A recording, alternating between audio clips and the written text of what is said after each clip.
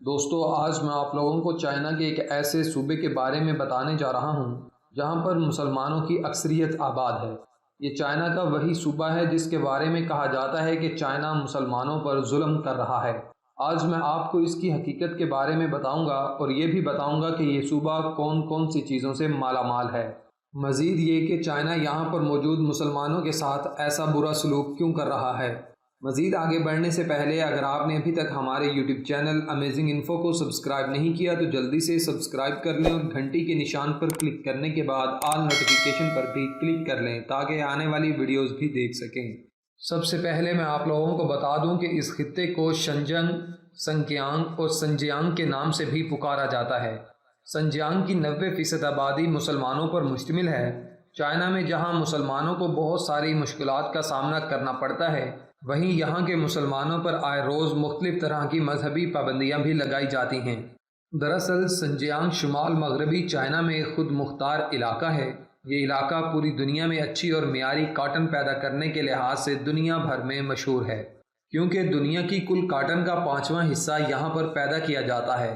سنجیانگ شاہراہ ریشم پر واقع ہونے کی وجہ سے زمانہ قدیم سے تجارتی لحاظ سے بھی انتہائی اہمیت کا حامل ہے۔ اس علاقے میں 22 ایئرپورٹ موجود ہیں جو کہ چائنا کے کسی بھی دوسرے علاقے اور اسٹیٹ سے زیادہ ہیں، جس سے آپ اس علاقے کی ترقی کا اندازہ لگا سکتے ہیں۔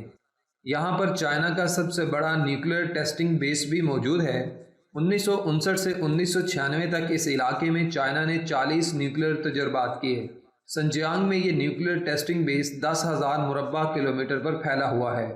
اس کے علاوہ آپ لوگوں کو بتاتا چلوں کہ 20ویں صدی کے اول میں اس خطے نے آزادی کا اعلان کر دیا تھا، لیکن 1949 میں یہ خطہ نیو کیمسٹ چائنیز اسٹیٹ کے زیر کنٹرول چلا گیا، جس کے بعد سنجیانگ کے علاوہ اسے دیگر ناموں سے بھی پکارا جانے لگا۔ یہاں پر دیگر نسل کے لوگ زیادہ تعداد میں آباد ہیں۔ در حقیقت اسی مناسبت سے اسے دیگر ناموں سے پکارا جاتا ہے۔ چائنا پر یہ الزام بھی ہے کہ وہ کافی عرصے سے اس خطے میں دیگر نسل کے لوگوں کی نسل کشی کر رہا ہے اور یہاں کے لوگوں پر مختلف طرح کی پابندیاں لگا رکھی ہیں۔ چائنا پر اس حوالے سے یہ بھی الزام لگایا جاتا ہے کہ چائنا نے لاکھوں کی تعداد میں لوگ سنجیانگ کے عقوبت خانوں میں رکھے ہیں، جن میں زیادہ تر تعداد مسلمانوں کی شامل ہے۔ صرف یہی نہیں بلکہ ان عقوبت خانوں میں موجود لوگوں کو فزیکلی، مینٹلی اور سیکشولی ہر طرح سے ٹارچر کرنے کی کوشش کی جاتی ہے۔ پچھلے کئی سالوں سے اس خطے میں ہزاروں کے حساب سے لوگ چائنیز آرمی کے ہاتھوں مارے بھی جا چکے ہیں۔ پچھلے کئی سالوں سے چائنیز حکومت نے مختلف شہروں سے لوگ لا کر سنجیانگ میں بسائے ہیں، جبکہ یہاں کی مقامی آبادی اس علاقے کو چھوڑ کر دوسرے علاقوں میں جا کر آباد ہونے کی کوشش کرتی ہے۔ سنجیانگ میں چائنیز کے علاوہ دیگر زبانیں بھی بولی جاتی ہیں، جن میں زیادہ تر ترکش زبان سے ملتی جلتی ہیں۔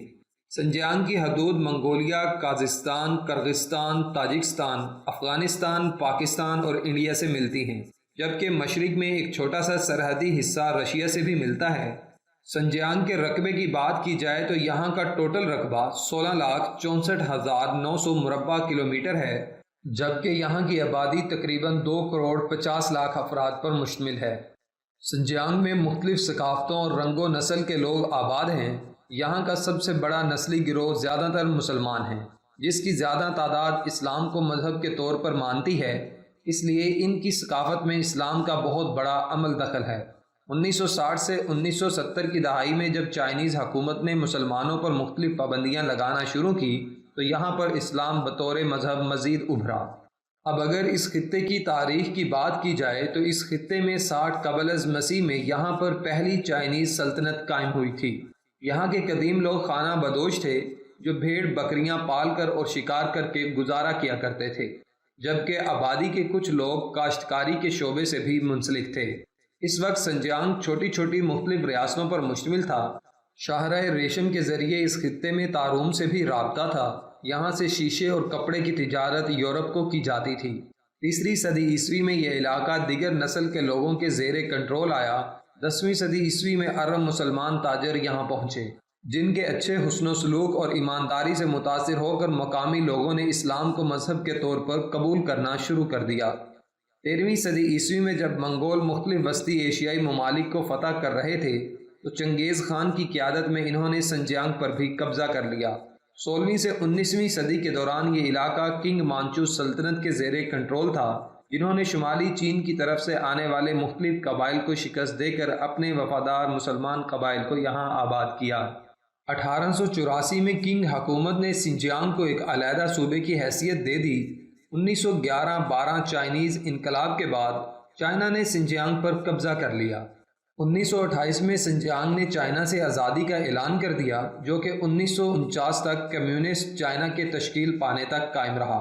اس خطے کو دوبارہ 1955 میں چائنا نے خود مختاری دے دی، جس کے بعد سے یہ علاقہ لگاتار چائنا کے زیر کنٹرول چلا آ رہا ہے۔ شاہراہ ریشم سے باراستہ کاشکر یہ علاقہ پاکستان سے ملتا ہے۔ ہمالیہ کا پہاڑی سلسلہ بھی پاکستان چائنا کے ذریعے سے ملتا ہے۔ دیوار چین سنجیانگ سے 480 کلومیٹر مغرب کی طرف واقع ہے۔ جنگ عظیم دوم سے پہلے یہاں پر شرح تعلیم بہت کم تھی، گو کہ اب بھی اس علاقے میں اتنی زیادہ تعلیمی سہولیات میسر نہیں ہیں، لیکن پھر بھی 1949 کے بعد یہاں کے تعلیمی نظام میں کافی زیادہ بہتری آئی ہے۔ سنجیانگ میں دنیا کا خشک ترین اور لویسٹ صحرا بھی واقع ہے۔ ٹکلا مقام نامی یہ صحرا دنیا کا چھٹا سب سے بڑا صحرا ہے۔ یہ صحرا دنیا کے سب سے بڑے صحرا گوبی کا حصہ ہے۔ دنیا کا سطح سمندر سے سب سے نچلا ترین مقام اور اونچا ترین مقام بھی اسی صوبہ سنجیانگ میں موجود ہے۔ اس کے علاوہ تیل اور گیس کے ذخائر کے حوالے سے بھی یہ خطہ انتہائی مالا مال ہے۔ یہی وجہ ہے کہ چائنا اس علاقے کو اپنا مانتا ہے۔ اس علاقے کی 40% آبادی ویگر نسل سے تعلق رکھتی ہے، 7% چائنیز، جبکہ دیگر کئی چھوٹی نسلوں کے لوگ اس علاقے میں آباد ہیں۔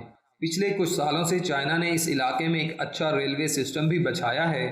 یہاں پر موجود ریلوے اسٹیشن کی لمبائی 2000 کلومیٹر سے زائد ہے۔ سنجیانگ کے لوگ دنیا میں طویل عمر تک جینے والے لوگوں میں سے ایک ہیں۔ اس کے علاوہ اس خطے میں سالانہ اوسط 165 ملی میٹر تک بارش ریکارڈ کی جاتی ہے۔ اس خطے کا زیادہ تر حصہ صحرائی ہونے کی وجہ سے یہاں پر درخت بہت کم تعداد میں پائے جاتے ہیں، مگر آپ لوگ یہ جان کر حیران رہ جائیں گے کہ اس کے باوجود یہاں پر 3000 مختلف اقسام کے پودے پائے جاتے ہیں، جن میں سے 300 ایسی نایاب نسل کے پودے ہیں جو مختلف ادویات بنانے میں استعمال ہوتے ہیں۔